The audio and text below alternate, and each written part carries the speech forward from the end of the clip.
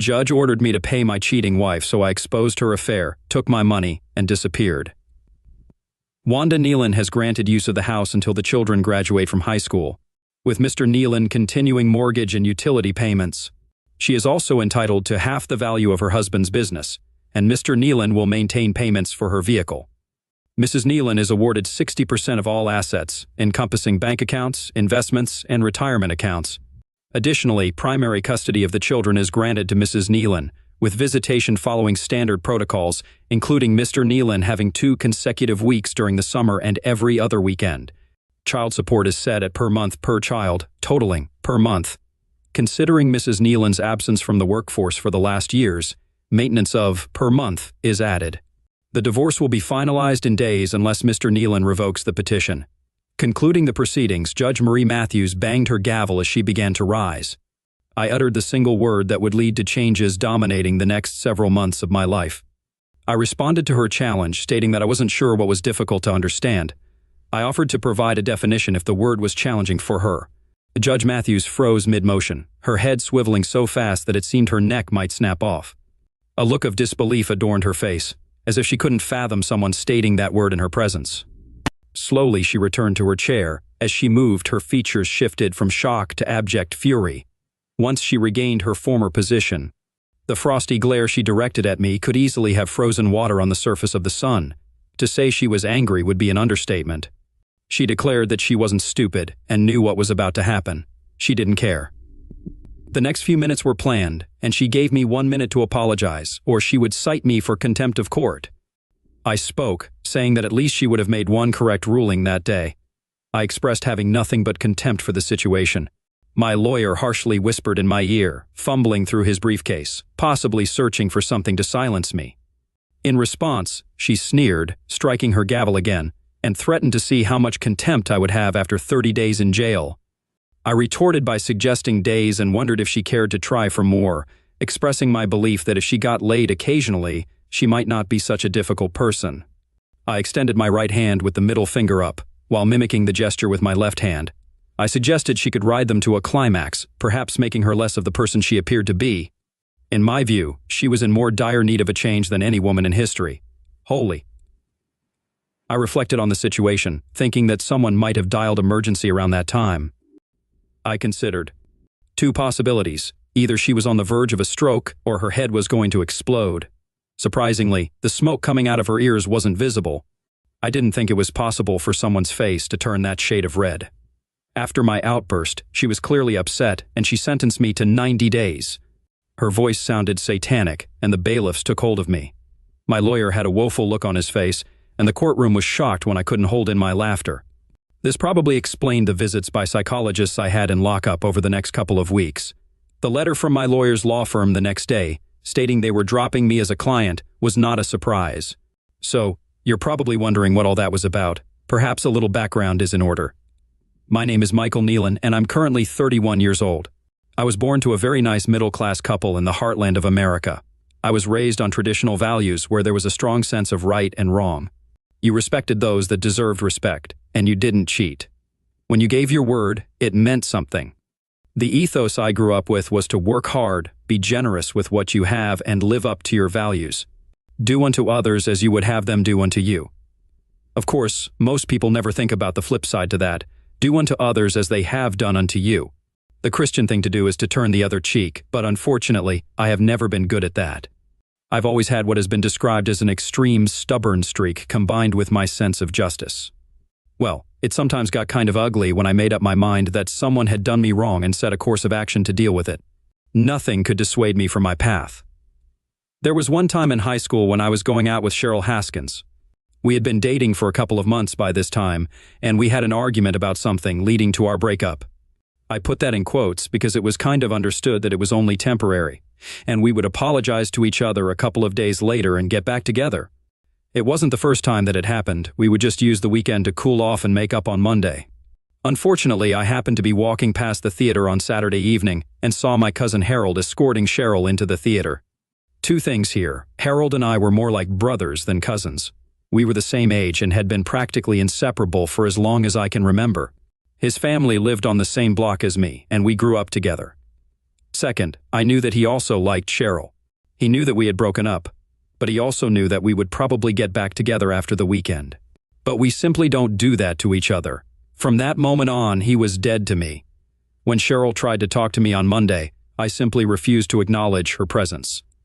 At church on Sunday, Harold came up to me and tried to talk. I stared at him without saying a word. When he finished talking, I turned around and walked away. His family came over for Sunday dinner. I ignored him. He tried to play video games with me. I stopped playing and went to my room. Our parents tried several times to get me to talk to him, but I refused every time. Even a year later, after I actually took his girlfriend from him, I still refused to have anything to do with him. Oh, I did smack him up when he confronted me about stealing his girlfriend, but that was it. He sent me a wedding invitation years later. I ignored it. When I married Wanda, every member of my extended family got an invitation except him. Okay, so I'm a bit of an idiot and hold a grudge. The thing is, when someone wrongs me, I don't forgive unless it was an honest mistake. What Harold and Cheryl did was intentional. Right now, many of you think I'm an idiot. If that's the case, let me annoy you snowflakes a bit more. I firmly believe that you shouldn't do the crime if you can't do the time. If you are foolish and mess up, you should fully face the consequences of your actions. If you drive drunk and get caught, expect to lose your license for a while, pay higher insurance, and perform community service or whatever else is involved. If your job depends on you driving, you lose your job. I call that a foolish tax. If a girl chooses to engage without protection and ends up pregnant at 18 years old, her foolish tax is being called mommy for the next 18 years. If a guy chooses to bump bellies with his prom date and impregnates her, he should be required to step up and take care of the kid he was half responsible for. Choices have consequences. It's called personal responsibility. I refuse to have to pay for someone else's idiocy. So I worked hard through high school and got pretty good grades. I earned some nice scholarships and went to college. I did well with the ladies and still kept my grades up. I was always on the better-looking side, and I worked to maintain my health. Yeah, I had gotten into more than my fair share of fights in high school because of my personal beliefs. I won more than I lost. Still, I was in good physical shape, and it seemed that the women found me attractive enough. I graduated with an economics degree and an accounting minor. I went on to get my MBA, then got a decent job at a large company, making really good money.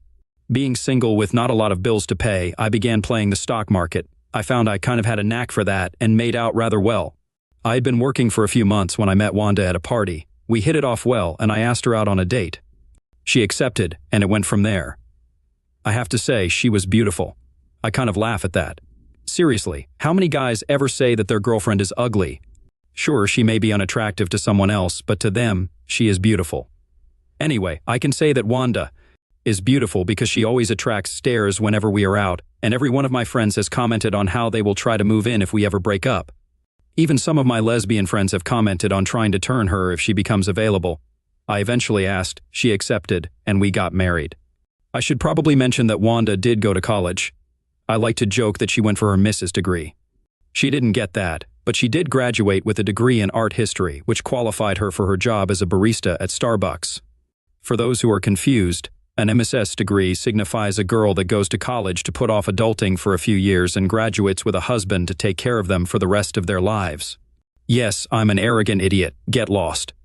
So we settled into marital bliss. She quit her job a week before the wedding and settled into becoming Susie Homemaker. Our bed life was great, and we bought a nice 3-bedroom house. I was doing well at my job, as well as raking in some nice money playing the stock market. We weren't really living extravagantly, so we were able to set aside a considerable amount of cash. All my bonuses went into our investments, along with maxing out my WHH contributions. I aimed to retire before I turned 40 and save for life. Excelling in my profession, my employer rewarded me with substantial bonuses and promotions, putting me on the fast track up the corporate ladder. A few years into our marriage, I returned home one Friday evening to find Wanda dressed to the nines with a huge smile on her face. "Hurry up and get showered and changed. We're going out to celebrate tonight, Daddy." Holy moly, did she just say what I thought she said? I was shocked. We had been trying for a few months now, so it wasn't like this just came out of the blue. Still, it was a surprise when she said that it finally happened. I took her in my arms and swung her around as I planted kisses all over her face. Figuring that we would be muting our celebrations because of her pregnancy and then the baby for a while, we lit up the town that night. The next several months consisted of joyous times and preparing for the new life that we were bringing into the world. We got another shock a couple of months later, twins. There were 2 little girls in there. I couldn't wait until I could start spoiling them and having two little daddy's girls wrapping me around their fingers. I was on top of the world. The day finally came. We rushed to the hospital and our two little girls were born a few hours later. They were beautiful, healthy, and had all their fingers and toes. Being twins, they had to stay in the hospital a couple of days longer than normal, but everything turned out fine. When we took them home, both families were there to greet us. Everyone was happy. I noticed my mom staring at them almost constantly. I think she was so happy because I finally gave her the grandchildren she had been wanting. So, life had changed for us. I decided that working for the big company was keeping me away from my family too much. I had a ton of money available, so I decided to form my own company. I was doing pretty well investing and playing the market, so I decided to get the necessary licenses and open my own investment firm. I had already been helping a few of my friends and relatives, so I talked to them about becoming official clients. That started things moving. Once I opened, I had several former XIO workers move their portfolios over to me as well. Within a year, I had a decent client list, and several of them were discussing with their friends about moving over to me as well. When you're on top of the world, the only direction you can go is down. It was the girls' second birthday party. We turned it into a full-on production. Sure, they would never remember it, but it was a celebration. They would be able to watch the videos of when they were older and enjoy it then. All the family from both sides was there. We were all having a phenomenal time. Just before I was about to come out of the bedroom after using the ensuite bathroom, the hall bathroom had been in use. I heard my mom talking to her sister in the hallway. She mentioned that she couldn't figure out where those blue eyes came from. Her sister Mayan suggested asking me about it. Mom replied, saying that she couldn't imagine what would happen if I found out that they weren't mine. She expressed concern about how happy I was and believed that it would probably be devastating for me. I couldn't listen to the rest. I quietly retraced my steps back to the bathroom and locked the door behind me. I had to think, they had to be mine, surely. Someone in our families had blue eyes. My eyes were kind of a mud brown, Wanda's were more hazel, I thought. I went through a mental picture of everyone, all my relatives. The lone person I could think of without brown eyes was my cousin Mary, whose green eyes originated from her non-blood-related father's side. Contemplating Wanda's family, I couldn't recall anyone on her side with blue eyes. After a while, I realized I needed to compose myself and rejoin the festivities before being missed. Suppressing my emotions, I put on a cheerful demeanor and returned to the party, enduring a challenging day. Although I acted as expected, I mentally strategized about what to do later. Eventually, things quieted down, everyone departed, and while putting the girls to bed that night, I scrutinized their features. Some resembled Wanda, but others were unfamiliar, and I found none definitively attributable to me. The next day, while Wanda napped with the girls, I ordered supplies delivered to my office, using a company credit card to keep the invoice hidden. Simultaneously, I researched local PI firms, as the suspicion that Wanda had cheated on me nearly 3 years ago became overwhelming. If she did cheat, then was she still involved in infidelity? I needed proof. A few days later, the ordered items arrived, and I had also met with and hired a company named Pro Investigations, providing them with all the necessary information to hack into Wanda's cell phone, tablet, and laptop. Concurrently, I initiated some financial moves. If she wasn't cheating and the girls were genuinely mine, these actions wouldn't matter. However, if my suspicions were accurate, it would safeguard my money from her reach. I refused to fund her unfaithfulness or someone else's children. While the girls were innocent sufferers, so was I. If she chose to mess around and get pregnant by someone else, they could bear the financial responsibility. Nothing was finalized, but I awaited the proof. 2 weeks later, I received the letter at the office. Locking my door, I opened it and cried for an hour upon confirming they weren't mine. Deep down, I had sensed the truth but clung to hope. The following day, my PI met with me, providing all the proof he had obtained. Wanda was still involved with her blonde-haired, blue-eyed personal trainer, meeting him a couple of days a week, and even taking the girls to his apartment. The audio confirmed their awareness of the real seed donor. The subsequent afternoon, I consulted a divorce lawyer. Rejecting his conventional advice, prioritizing the children's well-being, I insisted on preparing the documents but delayed filing until deemed appropriate. The preparations took 2 months, and with zero net income and assets on paper, I left Wanda surprised when my cousin Howard and his wife Cheryl showed up that weekend. I explained that Howard and Cheryl had come to see me in my office a couple of weeks ago. After some serious discussions, they acknowledged their wrongdoing, sincerely apologized, and I decided it was time to let things go. "God damn, you people are so gullible." Yes. We reconciled. It's entirely true that Howard and Cheryl did visit me in my office last week. They did apologize again. That's all accurate. I'm an honest man, and I'm not lying about any of that. I genuinely forgave them and welcomed them back into my life. However, I may have overlooked a couple of irrelevant details, just coincidences. Cheryl's family includes members who, let's say, aren't above bending a few minor laws. Some are large and don't hesitate to engage in the occasional barroom brawl. There's even speculation, irrelevant to this story, that a few might be enforcers for a local group of shadier businessmen. But it's just gossip from those who don't like them. A couple of days before Howard and Cheryl's visit, there was a news story about a personal trainer at a local gym being mugged shortly after leaving work. Foolishly attempting to fight off the 5 muggers, they took his wallet, car, and stripped him undressed, proceeding to brutally assault him, resulting in a broken jaw, shattered nose, broken ribs, a broken arm, dislocated kneecap, and ruptured testicles. He'll be in the hospital for at least a couple of weeks. The police should address the crime issue in town, but there are no suspects since the attackers wore dark clothes, gloves, and ski masks. Doctors expect the blonde-haired, blue-eyed sufferer to fully recover after reconstructive surgery and significant physical therapy, although engaging in closeness might be unlikely over the next couple of months. He'll discover his car was taken to a chop shop, his credit cards maxed out, bank accounts emptied, and his identity stolen for the dark web, leading to years of legal battles. Surprisingly, Wanda was despondent for about a week after the mugging, possibly concerned about the rising crime rate. Despite my offer to enhance home security, she remained unsettled. On Monday morning, I instructed my lawyer to complete the paperwork and file it, aiming to have her served on Friday in the late afternoon. He attempted to persuade me to make changes, but I remained firm. By Tuesday, the forms were ready for my review and signature. Meeting him at his office to finalize everything, he once again warned me against my course of action. After some thought, I decided to humor him by giving her the house and even throwing in the investments. However, I made it clear I wouldn't pay a dime beyond that. If she chose to keep the house, she'd be responsible for the mortgage and utilities. Notably, there hadn't been a dime in the investment accounts for over a month. I had no issue giving her 100% of zero. Unbeknownst to Wanda, I had been relocating all my tools and equipment from the garage gradually. I also moved belongings I wanted to keep out of the house, mostly from my home office. Tools and larger items found storage on Howard and Cheryl's ranch, while less valuable smaller items were transferred to a one-bedroom apartment in a complex owned by an offshore LLC.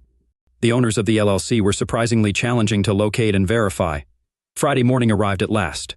I headed to work as usual. A couple of days earlier, I had Howard assist me in moving my truck to the office. I left my car, got into the pickup, and drove to the bank. At the bank, I cleared out all the accounts, leaving $100 in checking and savings. Next, I emptied the safety deposit box. I then drove to the ranch and combined all the cash and contents of the safety deposit box with my other belongings. I didn't want to risk them discovering a newly rented box at another bank and seizing it. Also, I wanted to avoid anyone tracing a wire transfer. Besides, I anticipated needing the cash later. You might be wondering why I trusted Howard and Cheryl. It was straightforward. The mortgage on their ranch was held by a certain offshore LLC with murky ownership. Moreover, despite our issues, Howard is still family to us, and you don't mess with family. The rest of the family takes such matters personally. There was much joy in the family when Howard and I finally reconciled. Returning home late morning, I pulled over a couple of blocks away to check the GPS I had installed on Wanda's car. As expected, she was at the mall. Rushing home, I parked in the driveway. Over the past few days, I had packed up the rest of my clothes and belongings and placed them in the garage. Tossing the few boxes in the truck, I went inside, grabbed the remaining clothes from the closet, and dresser not bothering to pack them, just grabbing them by the armload, hangers and all. It took only a couple of trips to toss them all inside the cab of the truck. I didn't bother closing the garage or even the front door. My cell phone rang as I was leaving the house. It was Wanda, presumably because her cards didn't work when she tried to check out. Glancing at the GPS signal moving in my direction, I laughed, tossed my phone onto the table and walked out the door. Within minutes, I was several blocks away. Arriving at my new apartment, I transferred everything from my truck into the appropriate rooms. 3 beers later, everything was put away, and as I sat back in my recliner, my new cell phone rang. Only a couple of people had this number, and my soon-to-be ex-wife was not one of them. I answered the call, and the voice on the other end informed me that she had been served. They assured me that I would have the video shortly. I responded with a simple, "Okay, thank you," before disconnecting. True to their word, 15 minutes later, I received the video in my email. To say she was shocked would be an understatement. Unfortunately, the video only covered her being served until she dropped to the floor. The process server checked to ensure she wasn't injured and then left. The video concluded at that point. I would have liked to witness her reaction once she began reading the divorce petition, realizing I had DNA and video evidence of her infidelity. From that moment on, things moved at the speed of a glacier. I received several phone calls, a few from my old office, as she had called multiple times trying to reach me. Apparently, she didn't believe them when they informed her that I had resigned and hadn't worked there for the last 2 weeks. She even showed up in person demanding to see me, but that didn't end well for her. It took the police being called to escort her off the property. Howard made a couple of calls. She began pressuring him to reach me, suspecting his sudden appearance was too coincidental with my abrupt divorce.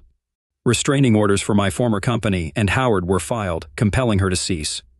2 weeks later, my lawyer finally contacted her to find out who her lawyer was, but she hadn't hired one yet. First off, she was quickly running out of money. All she had was the cash in her purse and I left in the bank accounts. She started leaning on her parents for support. I relaxed without starting any projects, planning to be unavailable for a while and the desire to avoid leaving anything she could take. Eventually, she got a lawyer, and meetings were scheduled. I declined to attend, giving my lawyer firm instructions, not a single penny more. Tempers flared at those meetings, leading to arbitration, which I had to attend, but they didn't go well. During the proceedings, questions arose about the whereabouts of the money. Accusations were thrown, with her questioning. "Where's all the money, idiot? What money? All our money? We're flat broke. In fact, I'm living in the cheapest single-bedroom apartment I could find, chosen for affordability and my acquaintance with the owner. All investments, checking, and savings disappeared due to a disastrous investment. Investing in a cheating wife? Well, that was true. I didn't know where all those offshore banks kept their cash. We're giving her the house, with her name as the only one on the title. My lawyer suggested he could have been more forceful, but he sounded like someone observing a tornado-ravaged house, commenting that at least the rubble hadn't caught on fire. The mortgage is maxed out and I can't possibly afford the monthly payments, Wanda screamed, and it pretty much went downhill from there. Child support. Not my kids, not my problem. Spousal maintenance, alimony for you Felicians out there. No job, no income, no way. She demands 70% of the liquid assets, but there are none. 50% of the business good luck. 150% of the retirement lost at all. Arbitration failed spectacularly. That brings us to our day in court, facing the dishonorable Judge Marie Matthews. She was the most feminist, man-hating family court judge, harsher on men whose wives cheated. Yeah, I was screwed. Planning to criticize me for thinking I could convince them there was no money? You'd be wrong. Aware they could check accounts, I wasn't surprised when the judge used those numbers to calculate my liabilities. The thing is, they had no way to access it. I needed the time to transfer funds around through different banks and different accounts. I even went so far as to personally pull all the money out of one bank, then deposited parts of the withdrawal into several other accounts at separate banks. Of course, those accounts were in several different names. One of those rather shady businesses that Cheryl's family was involved with was a gag gift shop where you could buy fake IDs for entertainment purposes, only that was even printed on the ID cards. I possessed an ID claiming I was Jesus Christ, enhancing pranks. When sufferers exclaimed, "Jesus Christ," I'd reveal my fake ID, costing about, skillfully crafted, with the only giveaway being the entertainment statement. For a higher fee, they'd omit the warning. I electronically transferred money to other accounts, potentially traceable but costly and time-consuming. Now back in front of the man-hating judge, 60 days into my 90-day county jail stay short-term sentences are served in the county jail, not state prison. She sneered and asked if I had learned my lesson yet. I responded, "About not marrying a cheating spouse? I grasped that long before your court." She clarified that she meant my attitude in her court. The vein on her forehead was popping, not ideal for her blood pressure. I dismissed any issues with my attitude, expressing concern about her health while being railroaded in front of kangaroos, and suggested her blood pressure must spike during doctor visits. She warned me that she could extend my stay in jail, and given my attitude, would add another 30 days. She then brought up the purpose of the meeting, questioning why I hadn't made my first 2 child support or maintenance payments to my ex-wife. She also inquired about the absence of my lawyer, questioning if they were out due to my contempt. In frustration, she expressed her mistaken impression that being really smart was a requirement to be a judge and thanked me for correcting her on that. She suggested explaining things to me so I could understand, Sorry if it's still over your head, but the lowest I can go is so a fifth grader can comprehend it. Do try to keep up. I really was becoming concerned about her bench catching on fire from the flames she was snorting at that point. I was starting to think that she actually didn't like me. I am in jail. I have no access to any money. Since I have no access to any money, I am unable to send any money since it was your dumb self that put me there. I suggested she explain why she is the reason the cheating woman can't get the money that she was trying to steal from me to give to that fallen woman. I questioned if she got all that, or if I needed to explain it to her slower. I was then escorted back to my cell for another 90 days 30 from my original sentence, 30% from her first high rate, and another that I managed to catch at the end. To be honest, it really wasn't that bad. Sure, the food sucked, but I still ate it. I had a nice bed to sleep in and lots of free time to relax. I made good use of the weights and exercise machines. I didn't have many problems in there. First off, it didn't take too long for my courtroom antics to become common knowledge inside the jail, making me a few friends. Second, did I mention that Cheryl's family has a few connections that could be of help to someone on the inside? In fact, there was only one problem. It came from one of Wanda's less intelligent cousins. He entertained the idea of getting arrested for a minor offense, spending a week in jail to teach me a lesson. Initially, the entire jail population recognized him before he set foot inside. It didn't take much brain power to discern his intentions. Spotted halfway across the yard, an inmate collided with him while tossing a football. The accidental elbow to his gut occurred, but he continued his quest, foolishly struck by a basketball after another feat. The passer apologized profusely. An accidental elbow to the chin followed while being helped up. After shaking off the incidents, he resumed his trek toward me, encountering 2 more mishaps before reaching his destination. With my back turned, he attempted a sucker punch, but I wasn't clueless. Anticipating it, I spun around, delivering a forceful kick to his groin, a clear 65-yard field goal. His accumulated misfortunes caught up, leading to his transfer to the infirmary. 2 days later, he refused yard exercise, spending most of his time in his cell until released. Back in court, facing the judge, she inquired if I was ready to apologize. I asked, for what? She specified my vile courtroom outburst. I responded, I really don't know what you're talking about. Dismissively, she warned me to keep a civil tongue or she would extend my stay. I expressed frustration, mentioning that another judge might take over and that she was on my last nerve. I sarcastically suggested starting to stomp my feet, perhaps needing an EMT in the courtroom if she had a stroke. I pointed out that there was no child support, maintenance, mortgage, or utilities paid as ordered. I explained that I couldn't pay anything while jailed, couldn't work, and emphasized that the kids were not mine. I added that my ex-wife was a cheat and should pay for her own life, maybe charge for it. Addressing another issue, I stated that I had given her half the business and she should have plenty of money. Wanda's lawyer interjected, explaining that they had been unable to take possession of her client's part of the business. Mr. Nealon had sold his company to an overseas entity about 2 months before filing for divorce, and they hadn't determined the actual owners to address the court order. Suddenly, an attractive woman approached, stating she represented the board of directors for the firm that purchased the business. She moved to dismiss the ruling, giving Mrs. Nealon any part of a business owned by her ex-husband. She argued that it was irregular to award ownership without the business's involvement, as the purchase predated the divorce. This company had no bearing on the case. They rejected any claim of ownership by Mrs. Nealon. Someone queried about the money from the sale. The young woman explained, regarding Wanda, the transfer of ownership and payments were conducted overseas. I'm not privy to that information, but my understanding is that the money from the purchase never entered U.S. territory, making it not subject to U.S. laws.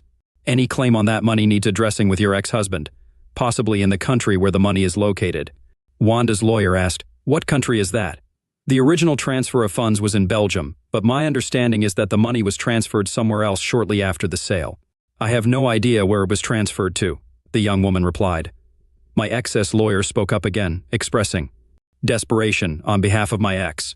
The house was going into foreclosure as the mortgage hadn't been paid in 3 months and the utilities were on the brink of being cut off.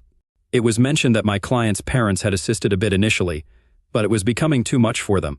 Despite finding a job as a waitress at a local diner, the income wasn't sufficient to maintain the house.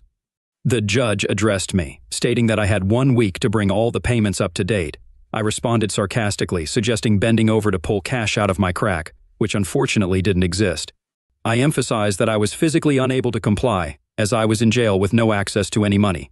I couldn't work due to my incarceration and thus couldn't obtain any cash. I pointed out the misconception that I had money laying around in my cell and highlighted the lack of opportunity provided to fulfill the payment orders. I explained that I didn't have a lawyer, emphasizing that I was financially broke. I questioned the existence of the phantom accounts being mentioned, stating that even if they did exist, I lacked access information.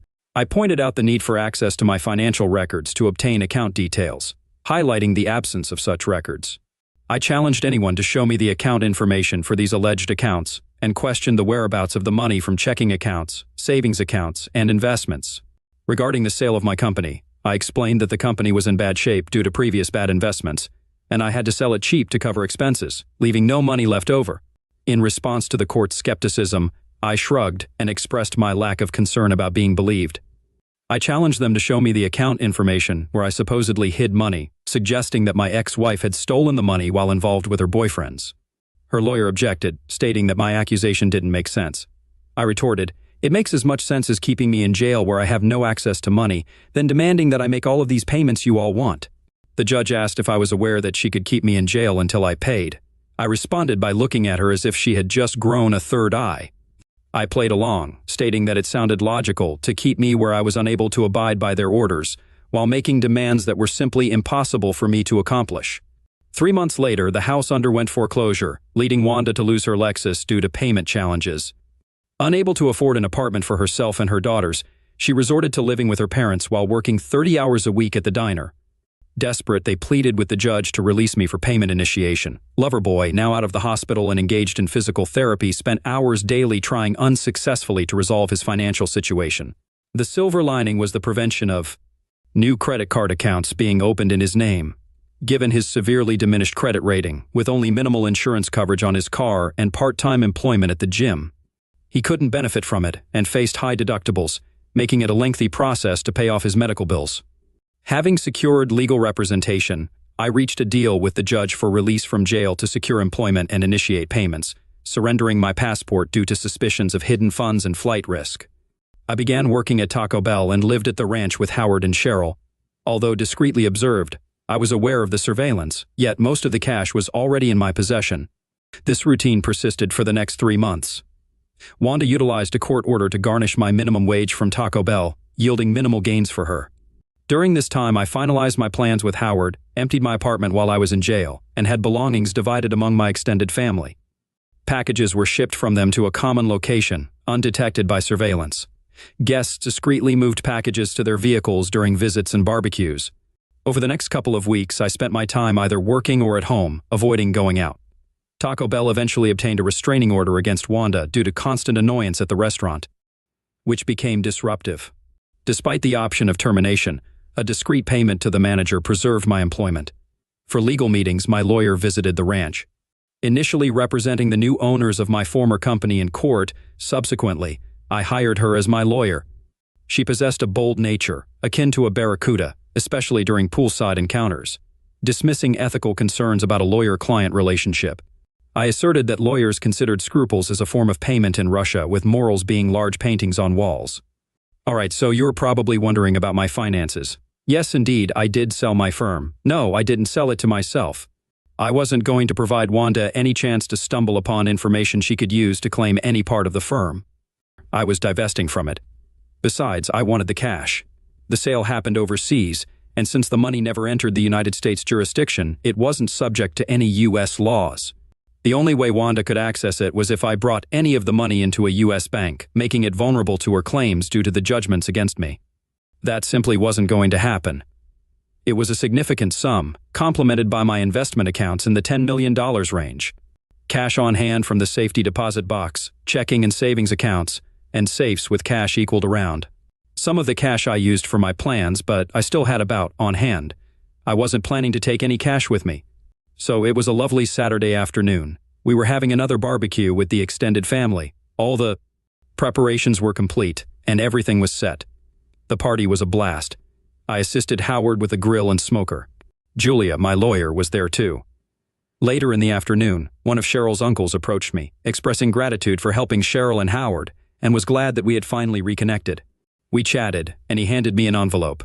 I passed it over to Julia for safekeeping. Later in the evening, I made an announcement stating that the lien holder for the ranch had declared that the mortgage for the ranch had been paid off. and Howard and Cheryl now owned the ranch free and clear. This caused a huge celebration. We partied hard that night. It was late when the guests started to leave. Julia couldn't stay the night because she had a flight to catch the next morning. She left with a group of 6 other cars. Interestingly, her flight was out of an airport in the next state. She had packed previously and had everything in her leased car when she came to the party. She never went to her rented apartment. Instead, she went straight to the airport. No one witnessed the man climbing out of the back of her car in the parking garage. And no one took notice of the man casually walking 50 feet behind her as they made their way to the international terminal.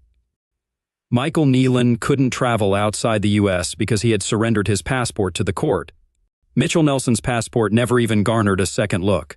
No one even gave a second look as they held hands in adjoining seats, flying first class to Mexico City. Julia Davis suddenly disappeared there. Instead, Jamie Nelson joined Mitchell Nelson for their connecting flight to Ecuador. 2 days later, Greg and Samantha Cooper reached their hacienda on the Caribbean coast of Costa Rica, becoming members of the Mile High Club. Oddly, an old Chevy pickup resembling the one that disappeared from Howard and Cheryl's ranch awaited them. 2 weeks after the barbecue, a bench warrant was issued for Michael Nealon. He was fired 2 days after the barbecue for no show, no call, with no payments to his ex-wife since. When Howard and Cheryl faced the court, a lawyer in a skirt suit argued that the couple had no responsibility towards their cousin who rented a room and disappeared. They even filed a suit against him for back rent. All they could say was that he drove off in his old pickup one afternoon and never returned. No one believed them, but there was no proof to the contrary. Over the next several years, Greg Cooper ran a small charter fishing boat, and Samantha managed their cantina. They were prosperous in the small village, living in one of the larger haciendas with several luxuries. Guests visited occasionally, including Harold and Cheryl and other family members. It was a simple yet delightful life for Greg and Sam, who loved each other fully. Most evenings they entertained guests in the cantina, or their lavish hacienda. Wealthy and pleasant to all, they were quickly accepted into the community. Whenever a need arose, they generously donated. Greg played the stock markets when not on his boat or in the cantina, even setting up accounts for some locals, assisting them with their finances. As for the dishonorable Judge Marie Matthews, I had a good laugh a few years after escaping to Costa Rica. Judge Matthews' wife, that man-hating woman, was caught cheating with a man. The judge had adopted her wife's 3 kids when they married. Since their split, Judge Matthews paid child support, maintenance, and house payments for her ex-wife. To add to the humiliation, her ex-wife swiftly moved her boyfriend in, publicly continuing their affair. Although not officially married, they acted like a typical couple. Rumors circulated about their wedding date set exactly 1 week after their youngest son graduated from college, coinciding with the end of Judge Matthews' financial obligations.